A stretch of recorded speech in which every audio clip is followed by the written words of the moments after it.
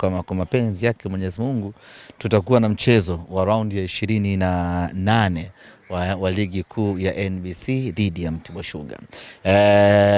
Tangu tumemalizana na Coast pale Arusha moja kwa moja tukarejea Dar es Salaam na kuanza programu ya maandalizi na mazoezi kuelekea katika mchezo wetu huu dhidi ya Mtibwa Sugar, na maandalizi yamekwenda vizuri.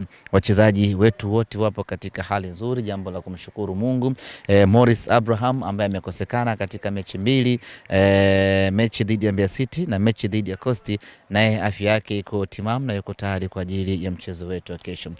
Kimsingi ni kwamba tunakwenda kucheza na Mtibwa Sugar mechi za mwishoni za magharibi ya roho za kumalizia ligi, mechi za kila mmoja kufunga mahesabu yake. Mnyama tukiwa kwenye vita kali na mbio kali za ubingwa, na tunaingia katika mchezo huo tukiwa na lengo moja tu la kwenda kupambana kupata ushindi dhidi ya Mtibwa Sugar.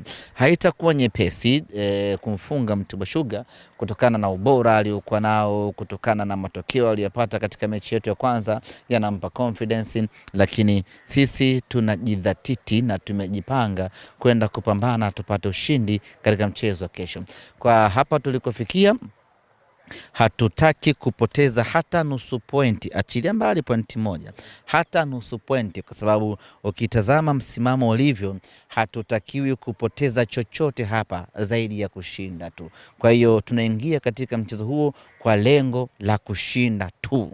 Sawa, kwa namna ambavyo timu yetu umeiona tangu umetoka kucheza mchezo wa mwisho, tuna sababu ya kufanya hivyo vizuri au hii kucheza back to back, kuna namna ambavyo wachezaji wameonekana kuchoka kuelekea mchezo wa kesho? Iko namna wachezaji wanachoka.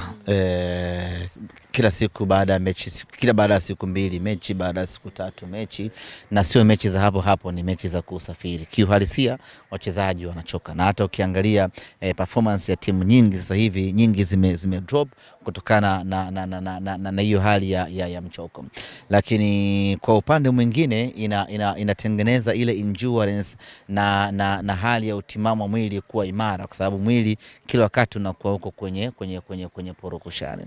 Na sisi kwa upande wetu ina faida kubwa sana, kwa sababu wachezaji wetu wanapata game time ya kutosha, na uzuri mwalimu wetu anafanya mzunguruko mkubwa wa wachezaji. Huyu anapata dakika hizi, huyu dakika hizi, kwa hiyo kila mchezaji anakuwa yuko kwenye nafasi nzuri ya kwenda kupambana. Tunaamini bado ile nguvu ambayo waliitumia katika mechi dhidi ya Coast bado wanayo, na wako tayari kutumia nguvu hiyo tena kwenye mechi yetu dhidi ya Mtibwa Sugar. Ukiangalia mechi yetu na Coast